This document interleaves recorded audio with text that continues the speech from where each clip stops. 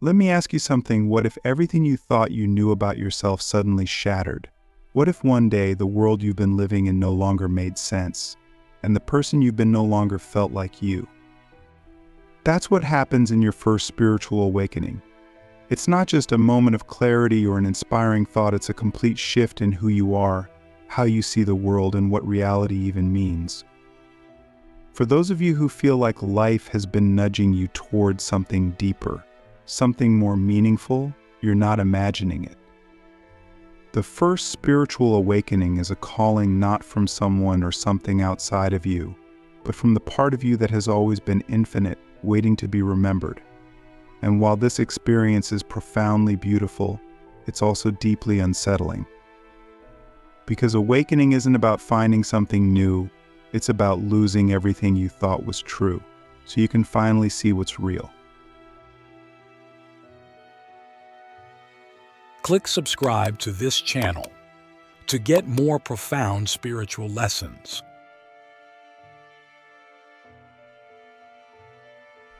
The first thing that happens in a spiritual awakening is disconnection. It's as if someone flips a switch, and suddenly, the things that used to excite you, the routines that used to feel comfortable, the people you used to resonate with, they all feel distant, almost foreign. You start asking questions you've never dared to ask. Who am I really? Why am I here? What's the point of all this? These aren't casual questions, they're existential. They shake the foundation of everything you've been taught to believe. And here's the hard part: there are no easy answers. At first, awakening feels like being lost in a forest with no map, no compass, and no way back to the life you've always known. But what if being lost isn't the problem? What if it's the first step toward finding the truth?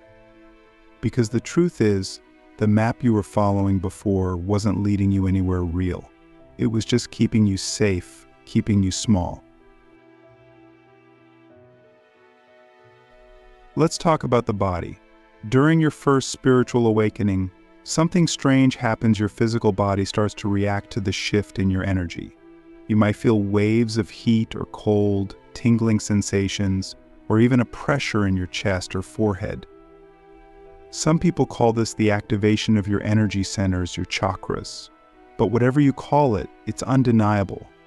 Your body is waking up, just like your mind is. The energy that's always been inside you, but dormant, starts to move. And it's not always comfortable. You might feel exhausted for no reason. Or you might have bursts of energy that seem to come out of nowhere. Sleep can become unpredictable. Either you're waking up at strange hours, or you're having intense, vivid dreams that feel more real than reality. This isn't a coincidence. Your body is recalibrating, trying to adjust to the higher frequencies you're stepping into. And with that recalibration comes discomfort. But discomfort isn't the enemy, it's the signal that something powerful is happening.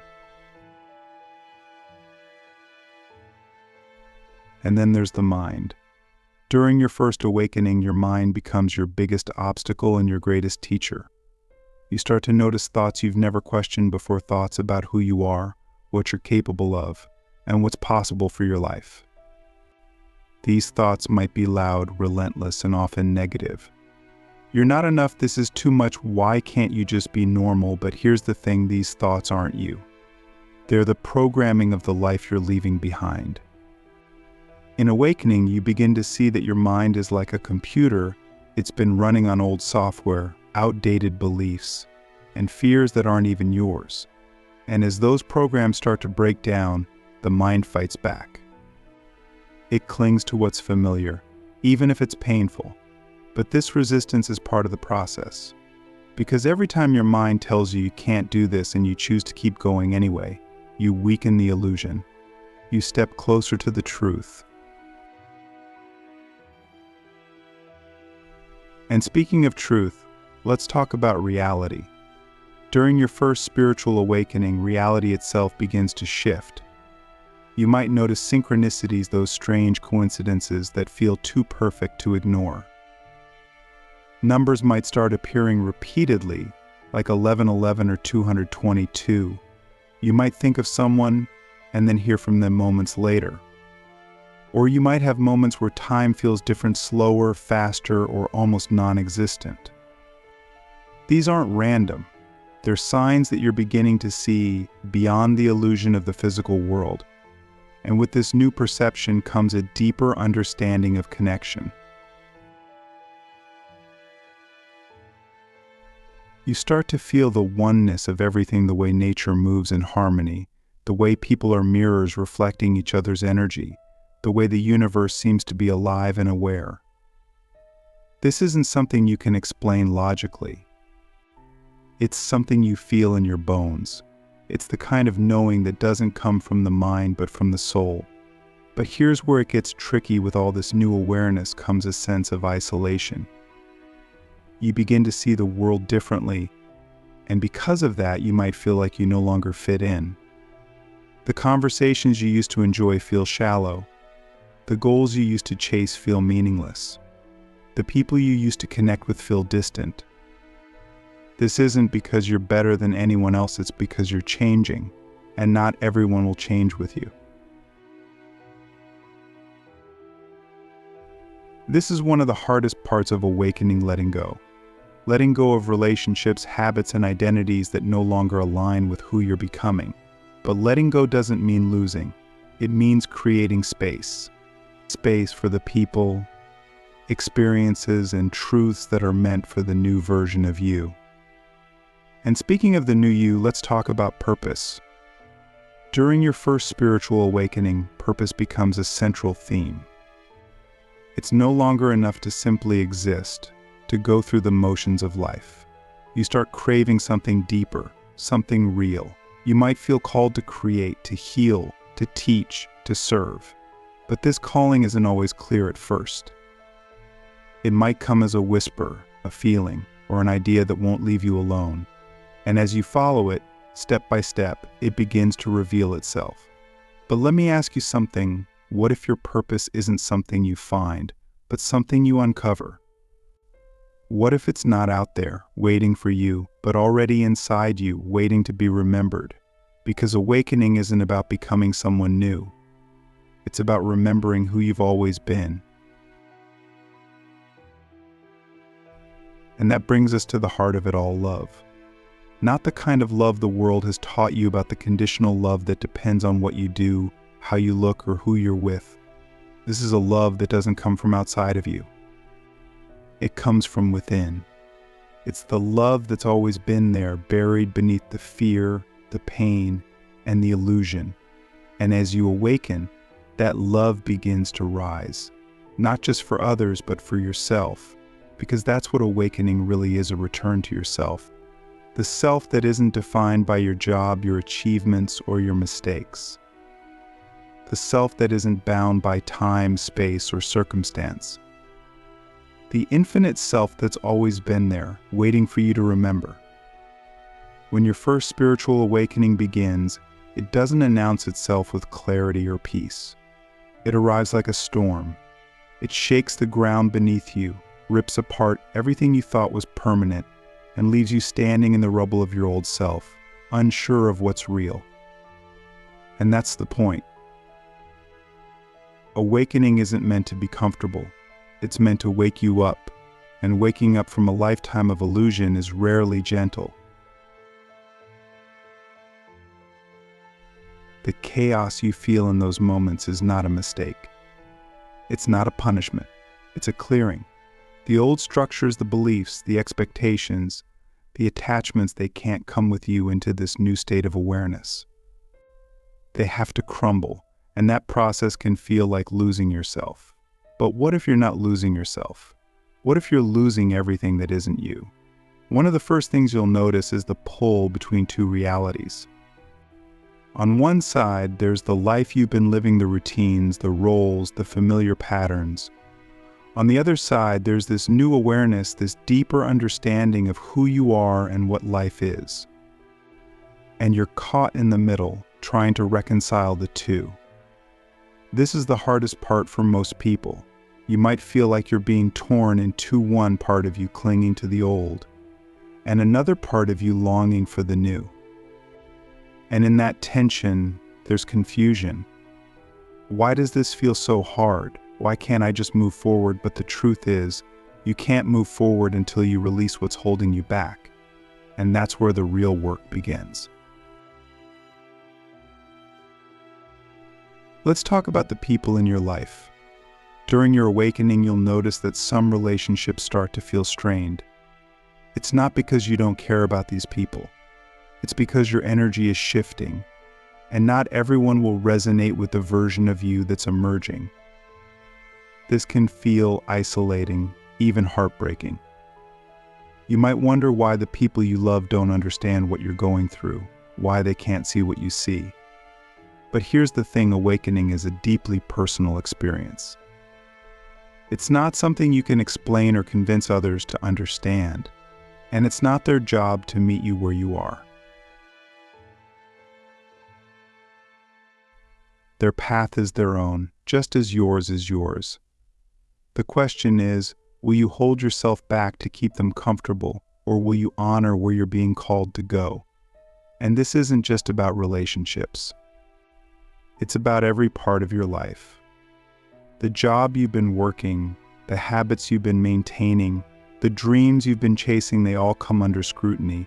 You start to see how much of your life has been built on autopilot, shaped by expectations that never truly belong to you. And in that realization, there's a choice: keep playing the role you've been given, or step into the truth of who you are. But stepping into the truth isn't as simple as deciding to change. The mind will resist. It will question, doubt, and sabotage. It will tell you that you're being selfish, reckless, or unrealistic. It will cling to the fear of the unknown, because the mind thrives on control, and awakening is the ultimate surrender. So how do you navigate this chaos without losing yourself? The first step is to stop fighting it. The more you resist the process, the harder it becomes. Awakening isn't something you can control or rush through. It's a natural unfolding, like a flower blooming. You can't force it open, but you can create the conditions for it to flourish. One of the most powerful tools you have during this time is awareness. Not just awareness of what's happening around you, but awareness of what's happening within you. Pay attention to the thoughts that arise, the emotions that surface, the patterns that repeat. These aren't random, they're the parts of you that are asking to be seen, healed, and released. For example, you might notice a recurring feeling of fear or unworthiness. Instead of pushing it away or trying to fix it, ask where it's coming from. Not as a mental exercise, but as a deep listening. What part of you still believes you're not enough? What story have you been carrying that no longer serves you? This isn't about judgment, it's about compassion. Every fear, every wound, every limitation is an opportunity to return to yourself. And here's something most people don't talk about during your awakening. You'll likely feel a deep sense of grief. Not just for the people or things you're letting go of, but for the version of yourself you're leaving behind. The person you were before awakening wasn't false, they were just limited by what they knew at the time. And letting go of that version of yourself is like saying goodbye to an old friend. But grief isn't the end of the story. What comes after grief is rebirth. And rebirth doesn't mean becoming someone new. It means remembering who you've always been beneath the layers of conditioning and fear. It means stepping into the wholeness of your being, not as an idea or a concept, but as a lived experience. Let's talk about one of the most confusing aspects of awakening: the highs and lows. One moment you feel deeply connected to everything, filled with love, peace, and clarity. The next you're overwhelmed by doubt, fear, or frustration. This roller coaster is normal. Awakening isn't a straight line, it's a spiral. Each high takes you deeper into awareness, and each low brings up the parts of you that still need healing. The key is to stop clinging to the highs or fearing the lows. Both are part of the process, and neither defines you. The highs remind you of what's possible, and the lows show you what's still holding you back. Together, they guide you toward balance, toward integration. And integration is the goal. Awakening isn't about escaping the human experience. It's about fully embodying it with the awareness of your infinite nature. It's about being both the wave and the ocean, the individual and the whole. But this isn't something that happens overnight. Awakening is a lifelong process. There will always be more to learn, more to release, more to remember. The difference is, once you've awakened, you can no longer go back to sleep. You can no longer live in ignorance of who you are and what you're capable of. So what does it mean to live as an awakened being in a world that's still asleep? It means being a light in the darkness, not by trying to change others, but by being fully yourself.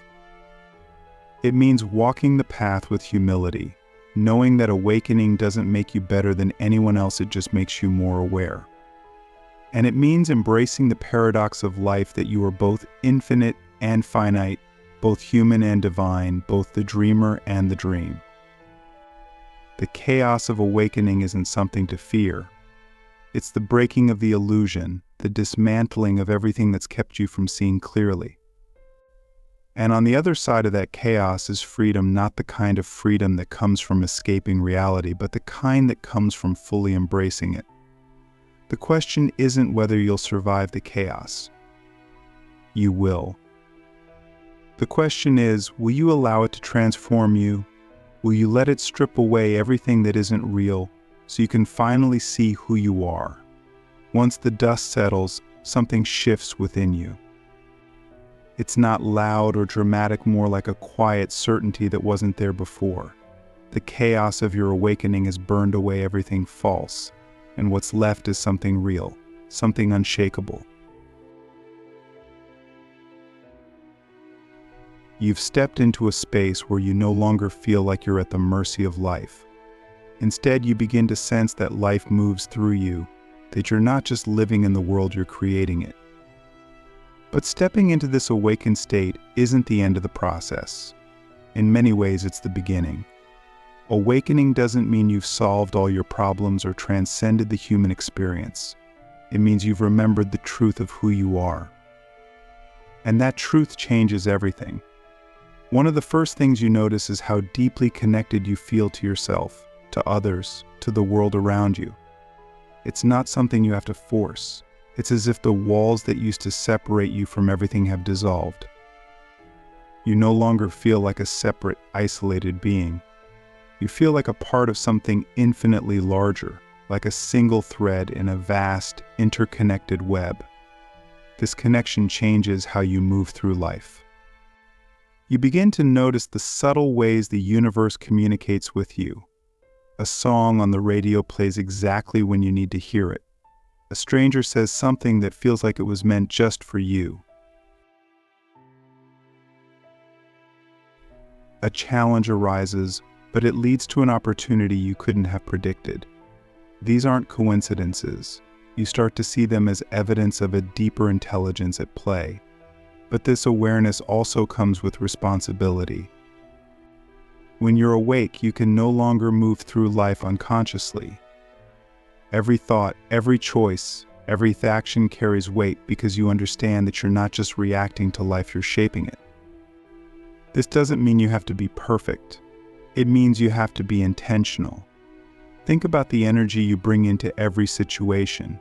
When you walk into a room, are you adding peace or tension? When you speak to someone, are you lifting them up or dragging them down? When you face a challenge, are you acting from fear or trust? These aren't small questions. They define the reality you're creating. And then there's the matter of purpose. Awakening brings with it a deep sense that you're here for a reason.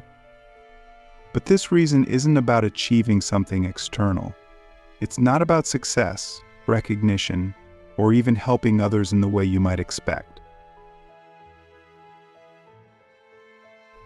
Your purpose is to fully be yourself, to express the unique energy that only you can bring into this world.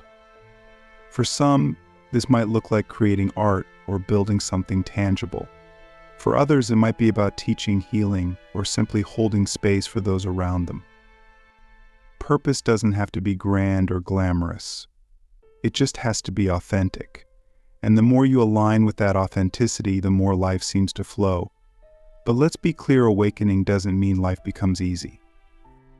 You'll still face challenges, setbacks, and moments of doubt. The difference is, these moments no longer define you. You stop seeing them as problems and start seeing them as opportunities to grow. Every obstacle becomes a mirror, showing you where you're still holding on to fear, resistance, or old programming. For example, let's say you're faced with a situation that triggers anger or frustration. In the past, you might have reacted without thinking, blaming the situation or the person involved. But now, you pause. You notice the emotion rising, and instead of being consumed by it, you ask yourself, what is this showing me? What part of me still feels threatened or unseen? This is the power of living in the awakened state. You stop reacting to life and start responding to it with awareness. And this awareness extends to your relationships. When you're awake, you stop needing people to complete you or make you happy. You understand that no one can give you what you're not already giving yourself. This doesn't mean you don't value connection. In fact, your relationships become deeper and more meaningful because they're built on truth, not need. But not everyone in your life will understand the changes you're going through. Some people will resist your growth because it forces them to confront their own limitations. Others might drift away because they no longer resonate with your energy. This isn't a failure. It's a natural part of the process. The people who are meant to walk with you will find you, and when they do, the connection will feel effortless, as if you've known them forever. These are the relationships that nourish your soul, that challenge you to grow, that remind you of the infinite nature of love. And speaking of love, let's talk about how awakening transforms the way you see the world. You start to notice beauty in places you never noticed before. In the way the sunlight filters through the trees, in the laughter of a child, in the stillness of a quiet moment. Life itself becomes sacred. Not because it's perfect, but because you've stopped looking for perfection. This doesn't mean you ignore the pain and suffering in the world. If anything, you become more aware of it. But instead of feeling overwhelmed or powerless, you begin to see how your energy can make a difference. You realize that every act of kindness, every moment of compassion, every step you take in alignment with your truth has a ripple effect. And this ripple effect isn't limited to the people around you. It extends to the collective consciousness. When you choose love over fear, you're not just healing yourself, you're contributing to the healing of the whole. This is the power of the awakened state. It's not about escaping the world, it's about transforming it from within. But let's address something that often gets misunderstood. Awakening isn't a destination. It's not a place you arrive at and stay forever. It's a process, a constant unfolding. There will be moments when you feel deeply connected, and moments when you feel lost. Moments when you're filled with clarity, and moments when doubt creeps in. This is normal. The awakened state isn't about avoiding the ups and downs of life. It's about moving through them with awareness. It's about embracing the full spectrum of the human experience without losing touch with the infinite self. So what does it mean to live as a chosen one? It means living with intention, with authenticity, with love. It means choosing truth over comfort, growth over stagnation, freedom over fear. It means showing up fully for yourself and for the world, not because you have to, but because you want to. And here's the most important part: being a chosen one doesn't mean you're special or better than anyone else.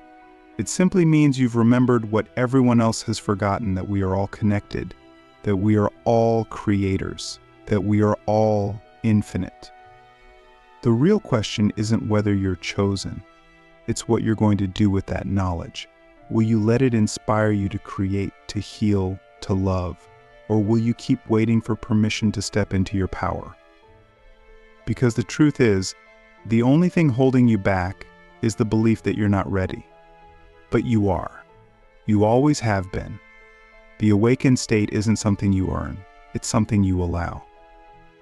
So here you are, standing at the edge of everything you've ever known, with the infinite stretching out before you. What happens next is entirely up to you.